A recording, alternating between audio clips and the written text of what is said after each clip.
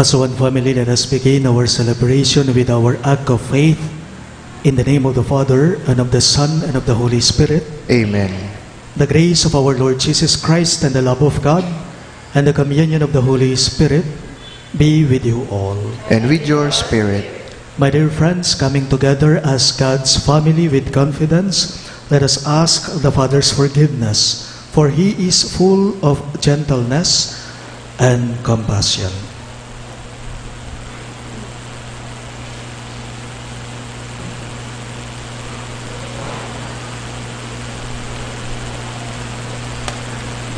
All together we say, I confess to Almighty God and to you, my brothers and sisters, that I have greatly sinned in my thoughts and in my words, in what I have done and in what I have failed to do, through my fault, through my most grievous fault. Therefore I ask the Blessed Mary, ever Virgin, all the angels and saints, and to you, my brothers and sisters, to pray for me to the Lord our God. May Almighty God have mercy on us, forgive us our sins, and bring us to everlasting life. Amen.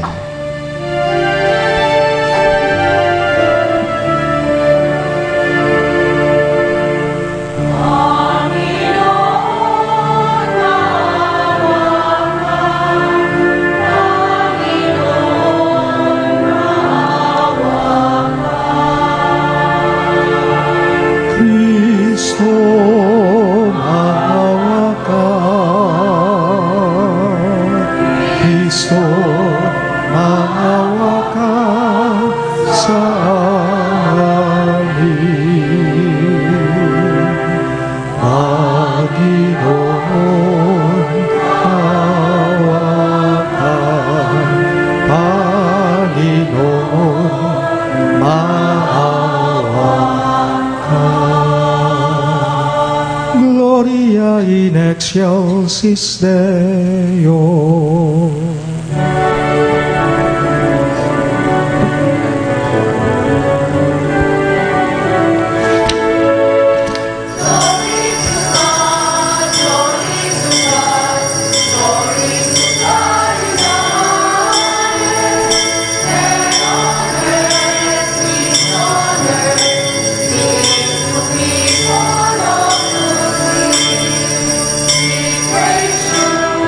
We bless you.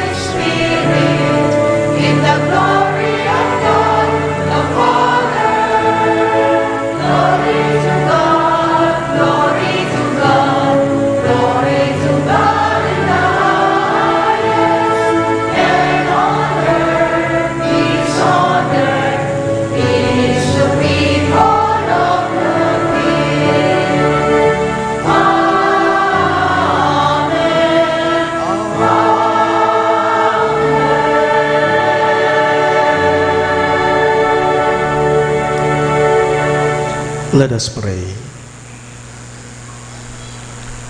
Grant, we pray, Almighty God, that always pondering spiritual things, we may carry out in both word and deed that which is pleasing to you. Through our Lord Jesus Christ, your Son, who lives and reigns with you in the unity of the Holy Spirit, one God, forever and ever. Amen.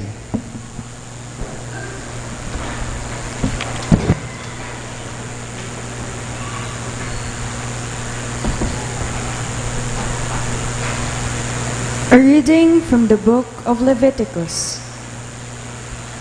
The Lord said to Moses, "Speak to the whole Israelite community and tell them, 'Be holy, for I, the Lord your God, am holy. You shall not bear hatred for your brother or sister in your heart. Though you may have to reprove your fellow citizen, do not incur sin because of him. Take no revenge and cherish no grudge against any of your people. You shall love your neighbor as yourself. I am the Lord.'" The word of the Lord. Thanks be to God.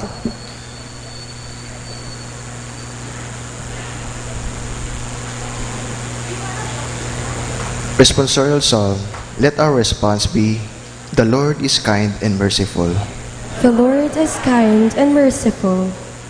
Bless the Lord, O my soul, and all my being. Bless his holy name.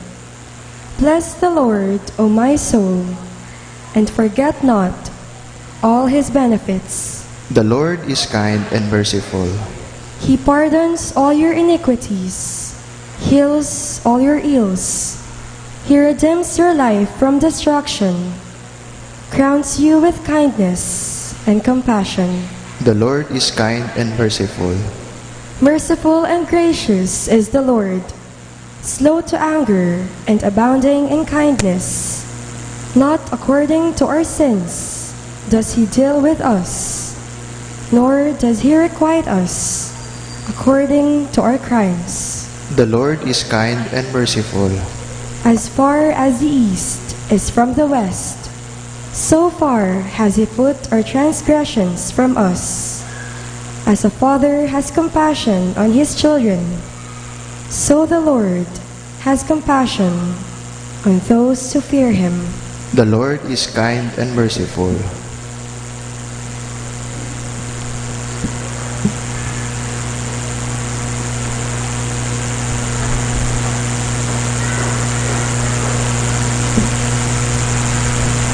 A reading from the first letter of St. Paul to the Corinthians. Brothers and sisters, do you not know that you are the temple of God and that the Spirit of God dwells in you? If anyone destroys God's temple, God will destroy that person. For the temple of God, which you are, is holy. Let no one deceive himself. If anyone among you considers himself wise in this age, let him become a fool, so as to become wise. For the wisdom of this world is foolishness in the eyes of God. For it is written, God catches the wise in their own ruses. And again, the Lord knows the thoughts of the wise, that they are vain. So let no one boast about human beings, for everything belongs to you. Paul or Apollos or Cephas, or the world or life or death, or the present or the future, all belong to you, and you to Christ, and Christ to God. The word of the Lord. Thanks be to God. We all rise to honor the Holy Gospel.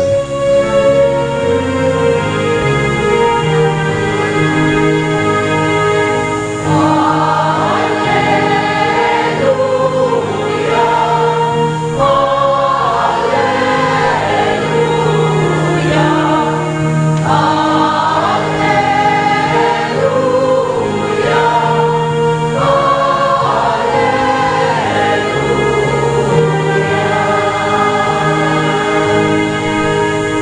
together.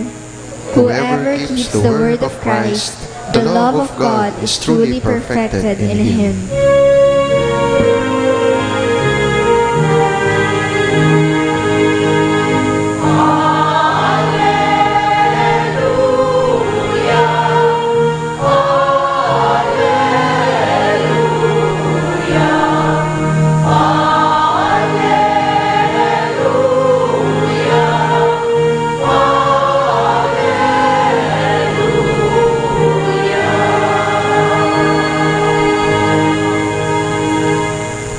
The Lord be with you. And with your spirit. A reading from the Holy Gospel according to Saint Matthew. Glory to you, O Lord.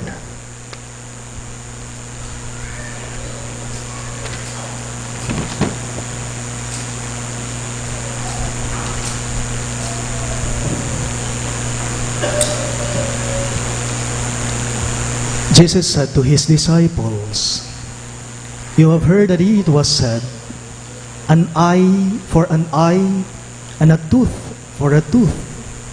But I say to you, offer no resistance to one who is evil. When someone strikes you on your right cheek, turn the other one as well. If anyone wants to go to law with you over your tunic, hand over your cloak as well.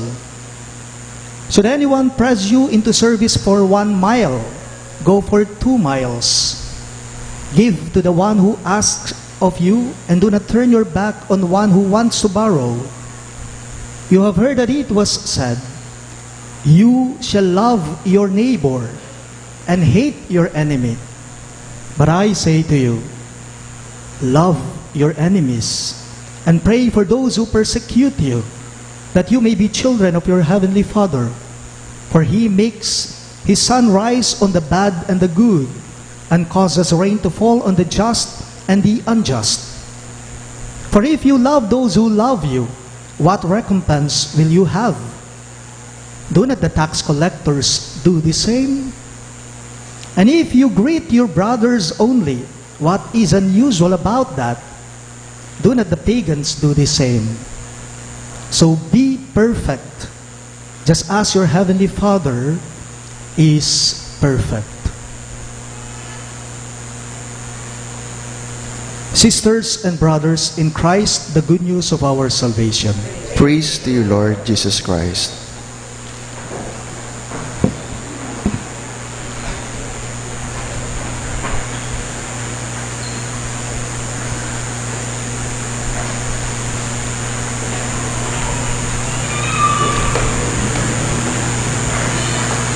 Sa lahat po ng ipinag-uutos ng Diyos, sa lahat ng mga utos ng Diyos, pinakamagaan at pinakamasarap pong sundan at tuparin ang nabanggit na salita ngayon sa ating ebanghelyo, ngayong linggong ito.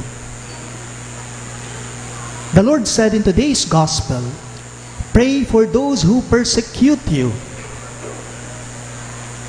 Ipagdasal mo daw yung mga taong sumisira sa iyo. Ipagdasal mo yung mga umuusig sa iyo, yung mga tumutulig sa iyo. Totoo naman, talaga namang dapat ipinagdarasal natin sila, yung mga taong naninira, tumutulig sa atin. Dapat ipinagdarasal natin silang na taos sa puso natin. Feel na feel dapat, madalas dapat. At anong magiging dasal natin sa kanila? Sa mga taong tumutulig sa atin, ang dasal natin sa kanila ay ito, mamatay na sana siya. Makuryente sana siya. Madapa sana siya. Maaksidente sana siya. Gawin ko pong tanong itong utos ni Jesus sa atin ngayon. Gawin kong tanong ito. Tanong ko lang sa inyo, mamahalin mo ang kaaway mo? Well, hindi nga. Ipagdarasal mo yung taong tumutulig sumisira sa'yo? Kaya mo? Magagawa mo? Diyang dirit. Diyang dirit. Makikita po natin sa ating ebanghelyo ngayon ang mabigat, ang mahirap na ipinag-uutos sa atin ng Diyos, tayong mga alagad niya. Alam ninyo, kung mamahalin mo ang kaaway mo at ipagdarasal mo yung taong sumisira sa'yo, Naniniwala ako, hindi lamang gold medal ang makukuha mo, kundi titulong santo ang matatanggap mo pag nagawa mo yon. Na mahalin mo ang kaaway mo at ipagdasal mo yung mga taong tumutulig sumisira sa iyo. Sinabi po ni Jesus sa ating pagbasa ngayon, sa ating ebanghelyo ngayon, mahalin mo ang kaaway mo. Huwag kang gumante sa mga taong sumisira sa iyo. Bigyan mo ang sino mang humihingi sa iyo. Pahiramin mo yung taong humihiram sa iyo. Luguran me ing emunano balang nga naninggino. Ano raw? Sandali lang. Ang hirap naman yata ng gusto ni Jesus sa atin. Ang hirap din naman yata nitong pinapagawa niya sa atin. Ang dami niyang dapat ipagawa sa atin. Ang dami dapat na hingin sa atin ng Diyos. Bakit ito pang mahirap gawin ang kanyang hinihingi sa atin? Bakit? Sobra naman yata ang Diyos. Masyado siyang demanding. Sa ating ebanghelyo ngayon, napansin ninyo? Ewan ko lang po kung narinig na ninyo itong kwento ng isang asong lumapit sa maraming tao. Mayroon daw pong isang aso, lumapit siya sa napakaraming tao. Paglapit nitong aso, nakita niya na ang mga taong ito'y nakikinig sila sa kanilang guro, sa kanilang maestro. So ang asong ginawa niya, nakidinig-dinig na din po siya sa pagtuturo, sa aral, sa turo ng maestro ng guro. At narinig nitong aso na sinabi ng guro, mahalin ninyo ang inyong mga kaaway at huwag niyong gantihan ng masama yung mga taong gumagawa ng masama sa inyo. Sabi ng maestro, yun yung narinig ng aso. Pag uwi ng aso sa kanila, sinundan niya. Tinupad niya yung narinig niya sa maestro. Dahil gusto na niyang magbago. Gusto na niyang magpakatino itong aso. Pero alam po ninyo, nung malaman ng mga bata ang pagbabagong buhay nitong aso, lalo siyang tinuligsa. Araw-araw na lamang kapag nakikita ng mga bata itong aso, binabato siya. Binabato siya. Hindi lamang yun, hinahampas pa siya ng kahoy at halos mamatay ng nakahandusay sa daan nang madatnan ng maestro itong aso. At siyempre, itong aso naman dahil nakita siya ng maestro, ibinida niya ang kabutihan na ginawa niya. Kesyo, tinupad daw niya yung aral na narinig niya sa kanya, na mahilin ang kaaway, na ipagdasal ang mga taong tumutulig sa kanya. Pero alam po ninyo ang sinabi ng maestro sa aso? Ang sabi ng maestro sa aso, oo, sinabi ko ngang hindi ka na mangangagat pa, pero hindi ko naman sinabing hindi ka na tatahol pa. Sabi ng maestro sa aso, oo, sinabi ko naman sa'yo na hindi ka na mangangagat pa, pero hindi ko naman sinabing hindi ka na tatahol pa. Opo, ipinag-uutos po ng Diyos sa atin na huwag tayong gumante sa mga taong gumagawa ng masama sa atin, pero naniniwala ako, hindi naman niya sinabi sa ating hindi na dapat nating itatama pa o itutuwid pa ang mali na ginagawa ng iba. Huwag gumante, tama yon. Pero hindi ibig sabihin nun na hindi ka nalalaban pa. Hindi ipinag-uutos ng Diyos na magmumukmok ka na lamang sa isang sulok, tatabi ka na lamang sa isang sulok, habang ang iba ay nananamantala na sa paggawa ng masama. Huwag gumante, ito ang utos ng Diyos, meaning, huwag gantihan ng masama ang masama, kundi gumante ng mabuting paraan sa kasamaan. Huwag gantihan ng masama ang masama, kundi gantihan ng mabuting pamamaraan ang kasamaan. Tanong ko lang po, paano? Paano? Paano mo ba magagantihan ng mabuting paraan ang kasamaan? Paano? Paano ba kailangan gantihan ng mabuti ang masama? The answer? Don't get even and don't fight fire with fire.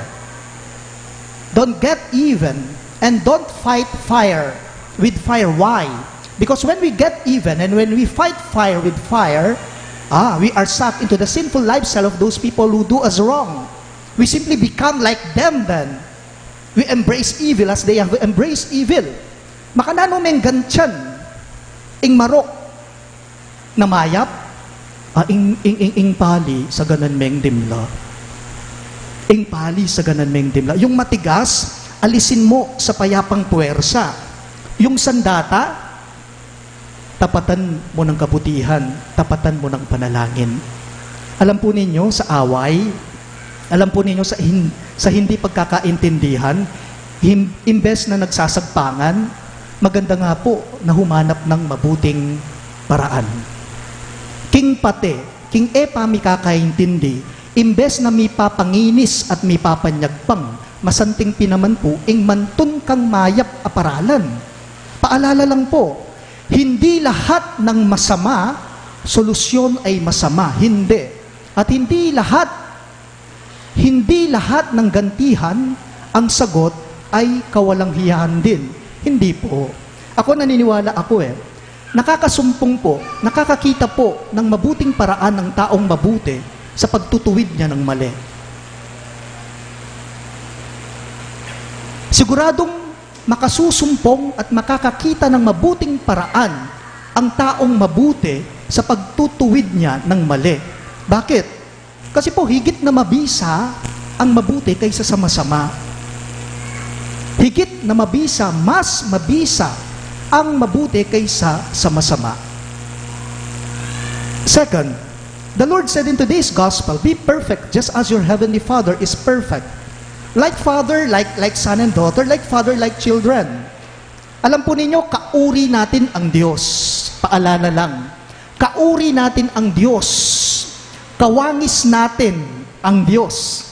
So dahil kawangis natin siya, itong wangis sana natin sa Kanya, hindi lumalayo sa Kanya, hindi lumilihis sa Kanya.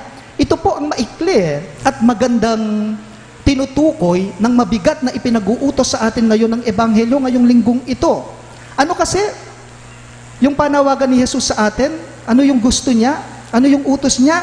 Mahalin mo ang kaaway mo at ipagdasal mo yung sumisira sa iyo. Meaning, mahalin mo ang kaaway mo, ipagdasal mo ang kaaway mo, hindi upang magbago siya, hindi yon. Kundi mahalin mo ang kaaway mo, ipagdasal mo ang kaaway mo upang ikaw ang hindi magbago sa pakikitungo sa Kanya. Mahalin ang kaaway, ipagdasal ang kaaway, hindi upang magbago sila, kundi upang ikaw ang hindi magbago sa pakikitungo sa kanila. Yun. Baliw po. At naking kasaguling, at naking mabayat po kay katamo na apatukyan talaking kaya pantamo ring kapateta mo. Pero ila naman at naking kayan na itamo apatukida katamo king marokdang paralan. Yung gantihan, persahan, sakitan. Tandaan po natin, ang sino man pong nagtatanim ng galit sa iba, ang sino man pong naisin niya ang gumante sa iba, at sino man po sa atin na ang pinipili niya yung mga taong minamahal niya, kailanman po ay hindi niya magiging kawangis at kauri ang Diyos. Ang sino man sa atin na nagtatanim ng galit sa iba, gustong gumante sa iba, o kaya naman pumipili siya ng mga taong pinakikisamahan niya o minamahal niya, kailanman ay hindi ka magiging kawangis o kauri ng Diyos. Be perfect just as your Heavenly Father is perfect. Meaning, huwag kayong pauto sa mga taong gumagawa ng hindi wasto. Huwag kayong pauto sa mga taong hindi gumagawa ng wasto. Huwag sana kayong magpadala sa mga taong ang tingin nila sa sarili nila ay naiiba. Huwag po sana nating hahayaang mabawasan ang kabutihan sa puso natin nang dahil lamang sa mga taong sumisira at tumutuligsa at umaaway sa atin. Bagkus, manatili po sana tayong kawangis, kauri ng Diyos. Amen? Please all rise. We now profess our faith. I believe In one God, the Father Almighty, maker of heaven and earth, of all things visible and invisible. I believe in one Lord Jesus Christ, the only begotten Son of God, born of the Father before all ages, God from God, light from light, true God from true God, begotten not made, consubstantial with the Father. Through him all things were made. For us men and for our salvation, he came down from heaven, and by the Holy Spirit was incarnate of the Virgin Mary, and became man. For our sake he was crucified under Pontius Pilate. He suffered there and was buried, and rose again on the third day in accordance with the Scriptures. He ascended into heaven, and is seated at the right hand of the Father. He will come again in glory to judge the living and the dead, and his kingdom will have no end. I believe in the Holy Spirit, the Lord, the giver of life, who proceeds from the Father and the Son, who with the Father and the Son is adored and glorified, who was spoken through the prophets. I believe in one holy, Catholic, and Apostolic Church. I confess one baptism for the forgiveness of sins, and I look forward to the resurrection of the dead and the life of the world to come. Amen. My dear friends, let us dedicate ourselves to mirror the Father's holiness in our daily lives. Let us ask the Lord for the courage to live up to the challenge of the gospel as we say, "Hear the prayer of your people, Lord." All of us, please. Hear the prayer of your people, Lord. That nations torn by war and violence may settle their conflicts through dialogue and peaceful negotiation, we pray. Hear the prayer of your people, Lord. That warring factions among our people may realize that violence begets more violence, while reconciliation ushers in peace and hope, we pray. Hear the prayer of your people, Lord. That oppressors and violent people may open their eyes to see that the love of God is an invitation for them to reform their lives, we pray. Hear the prayer of your people, Lord. That those who work for the cause of peace may be given strength and perseverance in their difficult mission, we pray. Hear the prayer of your people, Lord. We include in our prayers the following intentions. For the thanksgiving of Nimpa Rosimo and family. For the birthday thanksgiving of Danica Marquez, Lorenzo Caballero, Andre Micael Caballero, and Joseph Deo Reyes. For the special intentions of Leila Abiog, Evelyn De La Rosa, Mary Manette Pineda, Baby Liam Samuel Cristales, Arthur Dizon Cagyat, Joan Castro, the St. Thaddeus Parish Pastoral Council, and the St. Village officers and homeowners. For the good health of Anita Teodin, Inez Soa, Paz Suing, Alan Guzman, and all our sick relatives and friends. For the complete healing of Corazon Gloriani. For the wedding anniversary of Engineer Jojo and Ellen Pabalan. For the eternal repose of the souls of Norma, Maria Virginia, Marcelo, Dolores, Roman, Aquilina Pineda, Ernesto Manag, Mirna Sunga, Venerando de la Cruz, Rinaldo Bacani, Guadalupe Pintor, Susan Locsin, Amalia Pintor, Carlos Lourdes Sanchez, Dolores, Federico, Caloy, Rene, Mila, Ricky, Eddie Lazo, Lorraine Galang, Emiliano Sanchez, Marcelino, Ofelia Victor, Generoso and Lourdes Basilio, RC and Irene Canlas, Isaac Briones, Conrado Garcia Sr., and all poor souls in purgatory, we pray. Hear the prayer of your people, Lord. We now pray for our personal intentions.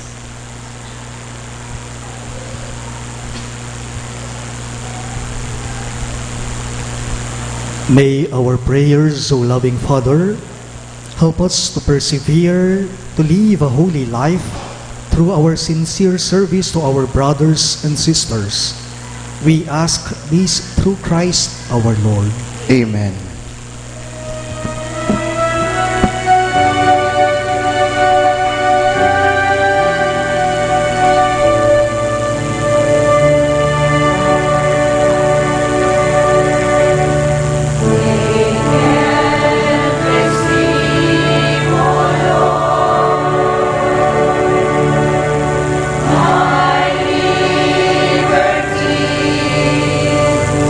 Take on my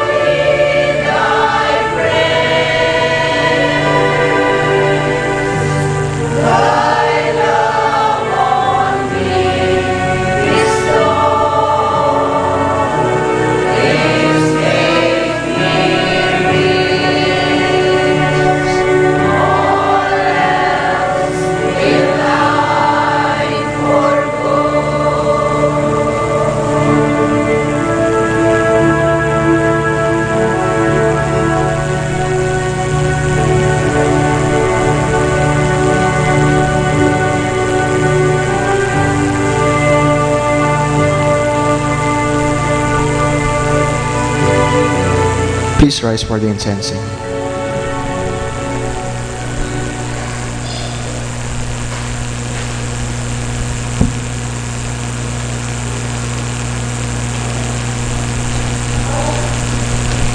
Pray, my dear friends, that my and your sacrifice may be acceptable to God, the Almighty Father. May the Lord accept the sacrifice at your hands for the praise and glory of His name, for our good and the good of all His holy church. As we celebrate your mysteries, O Lord, with the observance that is your due, we humbly ask you that what we offer to the honor of your majesty may profit us for salvation. We ask this through Christ our Lord. Amen. The Lord be with you. And with your spirit, Lift up your hearts. we lift them up to the Lord. Let us give thanks to the Lord our God. It is right and just. It is truly right and just, our duty and our salvation, always and everywhere to give you thanks, Lord, Holy Father, Almighty and eternal God. For you so loved the world that in your mercy you sent us the Redeemer, to live like us in all things but sin, so that you might love in us what you loved in your Son, by whose obedience we have been restored to those gifts of yours, that by sinning we had lost in disobedience. And so, Lord, with all the angels and saints, we too give you thanks, as in exaltation we all acclaim.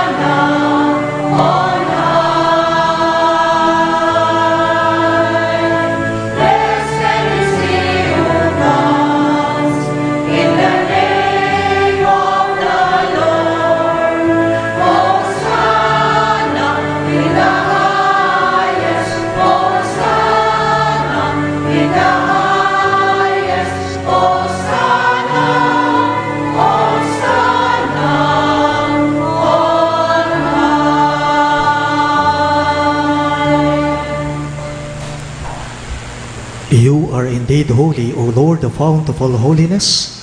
Make holy, therefore, these gifts, we pray, by sending down your Spirit upon them like the dewfall, so that they may become for us the body and blood of our Lord Jesus Christ.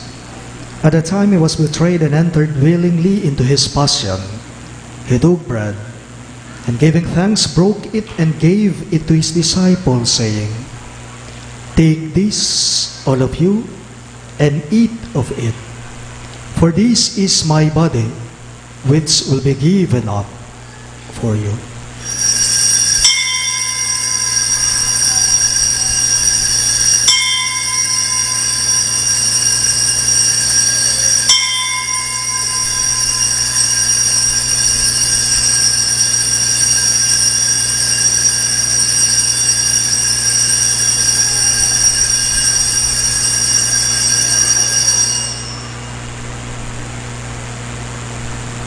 In a similar way, when supper was ended, he took the chalice, and once more giving thanks, he gave it to his disciples, saying, "Take this, all of you, and drink from it. For this is the chalice of my blood, the blood of the new and eternal covenant, which will be poured out for you and for many, for the forgiveness of sins. Do this in memory of me."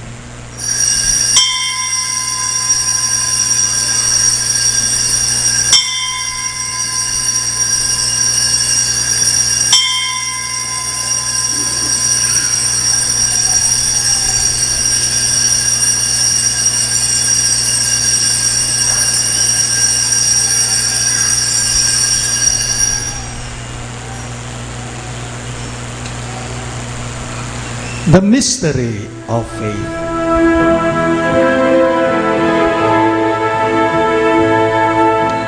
Flying, you destroy the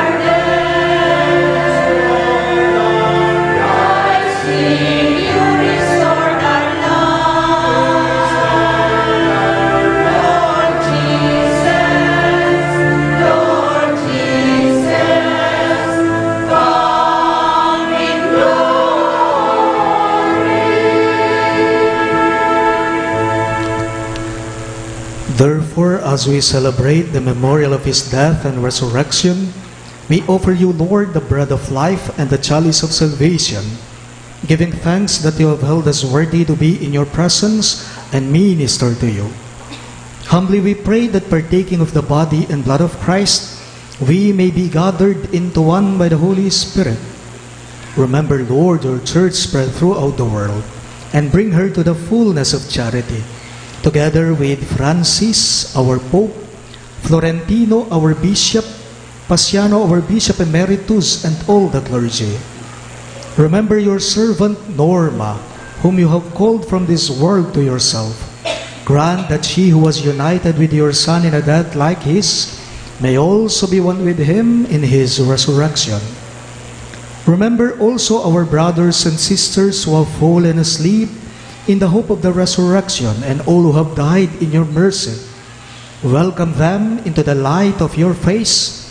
Have mercy on us all, we pray, that with the Blessed Virgin Mary, Mother of God, with Saint Joseph, her most chaste spouse, with the blessed apostles, Saint Jude Thaddeus, our patron saint, and all the saints who have pleased you throughout the ages, we may merit to be co-heirs to eternal life, and may praise and glorify you through your Son, Jesus Christ. Through him, with him, and in him, in the unity of the Holy Spirit, all glory and honor is yours, Almighty Father, forever and ever.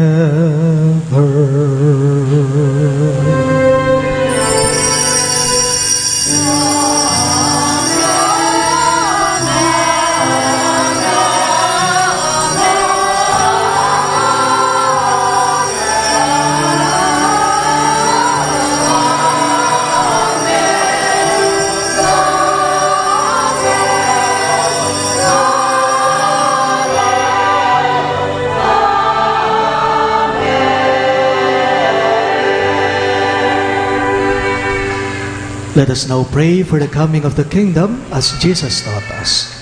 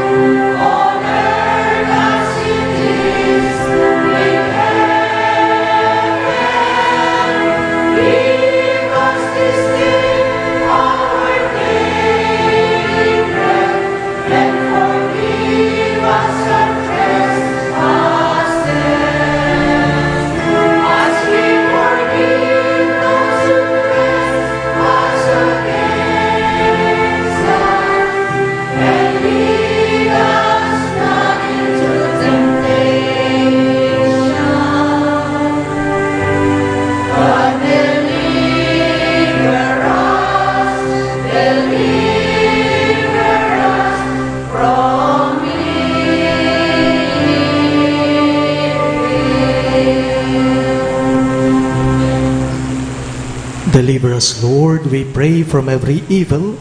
Graciously grant peace in our days, that by the hope of your mercy, we may be always free from sin and safe from all distress, as we await the blessed hope and the coming of our Savior, Jesus Christ. For the kingdom, the power, and the glory are yours, now and forever. Lord Jesus Christ, who said to your apostles, "Peace I leave you, my peace I give you," look not on our sins, but on the faith of your church, and graciously grant her peace and unity in accordance with your will, who live and reign forever and ever. Amen. The peace of the Lord be with you always. And with your spirit. Let us offer each other the sign of peace. Peace be with you.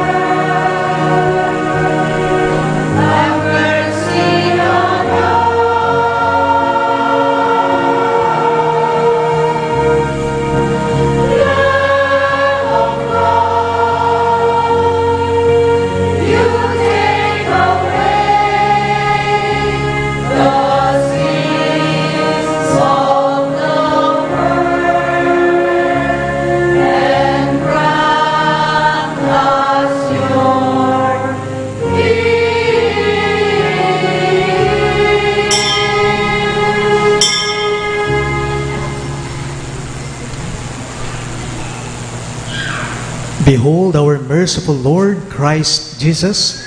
He is the Lamb of God who takes away the sins of the world. Happy are those who are called to his supper. Lord, I am not worthy that you should enter under my roof, but only say the word, and my soul shall be healed.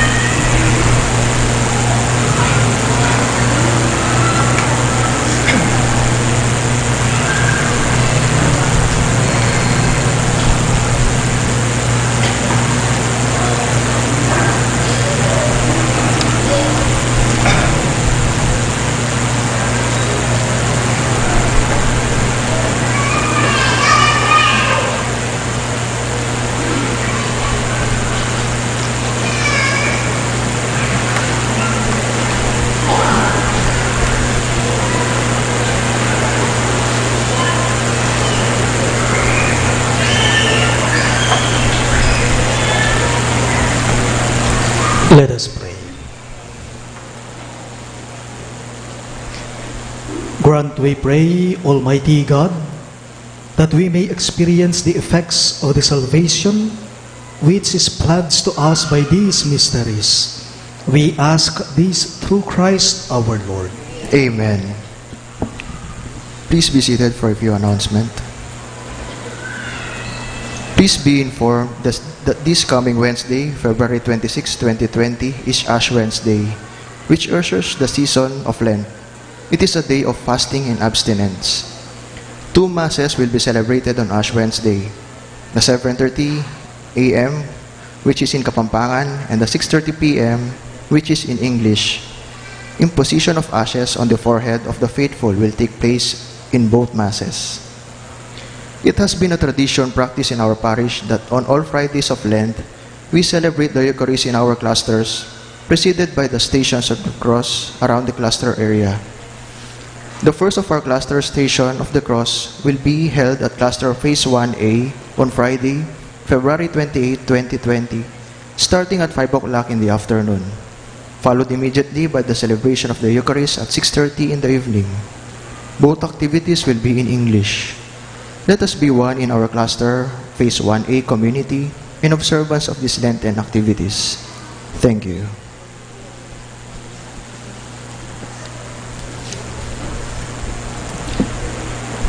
The Lord be with you. And with your spirit, Bow your heads and pray for God's blessing. May Almighty God always keep every adversity far from you, and in His kindness pour out upon you the gifts of His blessing. Amen. May God keep your hearts attentive to His words, that they may be filled with everlasting gladness. Amen. And so may you always understand what is good and right, and be found ever hastening along in the path of God's commands, made co-heirs with the citizens of heaven. Amen. And may the Almighty God bless you, the Father, and the Son, and the Holy Spirit. Amen. The Mass is ended, and our mission begins. Thanks be to God.